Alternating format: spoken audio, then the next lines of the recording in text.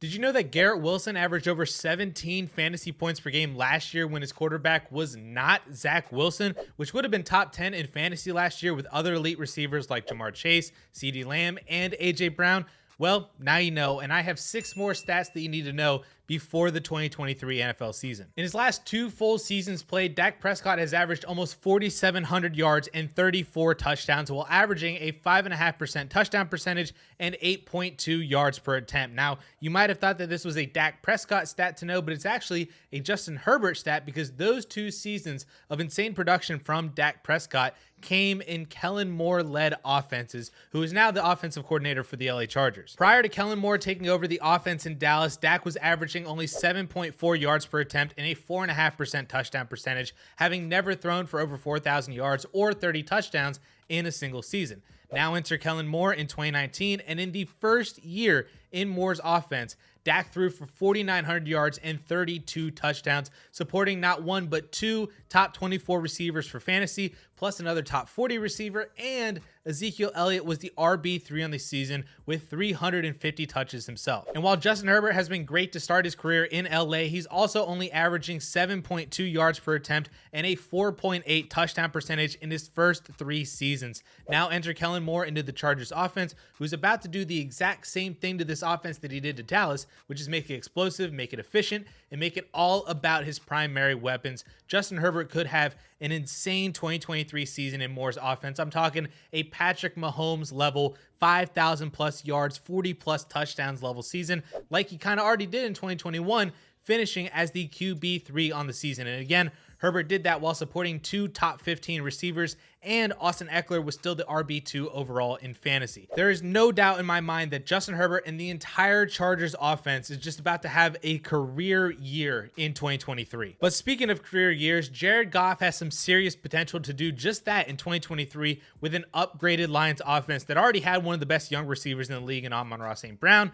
but now adds a healthy Jameson Williams, Sam Laporta at tight end, and Jahmyr Gibbs and David Montgomery at running back. But what you really should know about Jared Goff last year were his massive home road splits, averaging 21.5 points per game at home versus only 13 points per game on the road. Now, why is that important? Well, because 3 of the Lions' first 5 games are at home this year, with matchups against Atlanta, who ranked 21st against quarterbacks last year, Carolina, who ranked 22nd against quarterbacks last year, and Seattle, who ranked 16th. All really good matchups to start the season, all at home, where Jared Goff balls out the most. Oh, and don't forget that the Lions open up the season in Kansas City, which, yes, is a road game, but it's also against the 31st ranked defense from 2022 against quarterbacks. A game where Jared Goff is going to need to throw and ball out in order for Detroit to be competitive or even win in the season opener against the Chiefs. The other away game to start is against Green Bay, which you can probably sit him for. He did awful against the Packers last year, but hey,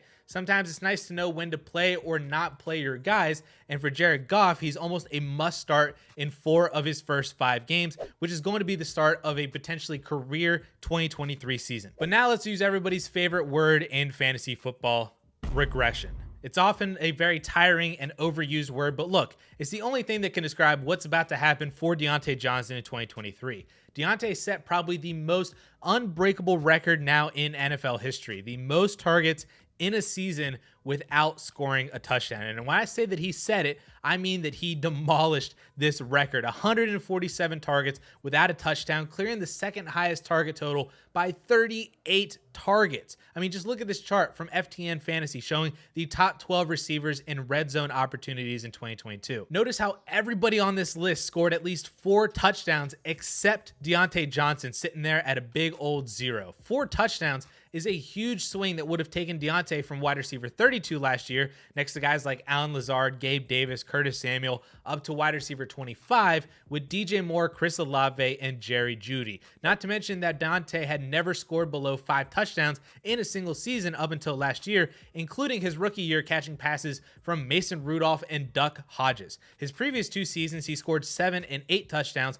on similar target numbers as he had in 2022, which again is another massive swing that would have taken taken him from that wide receiver 32 up to wide receiver 19 with Chris Godwin, T. Higgins, and Michael Pittman. Regression is coming for Diontae in 2023, and it could be coming in a major way. But sometimes it isn't an almost impossible season that causes players to lose value. Sometimes it's just injury, which I think is what happened to Dallas Goedert. See, Dallas Goedert was actually the tight end 3 on the season last year up through week 10, on pace for 80 receptions for over 1,000 yards and 6 touchdowns. But then a shoulder injury late in week 10 kept Goedert out for the next 5 weeks, and even though he returned and had solid production all the way through the Super Bowl, it just doesn't seem like people are aware of what Dallas Goedert was doing prior to the injury last year. He was averaging almost 13 fantasy points per game as a tight end in an offense that was also supporting A.J. Brown, Devonta Smith, and a top 15 running back in Miles Sanders. Those 13 points per game were pacing with T.J. Hockenson up to that point. They were 2 points per game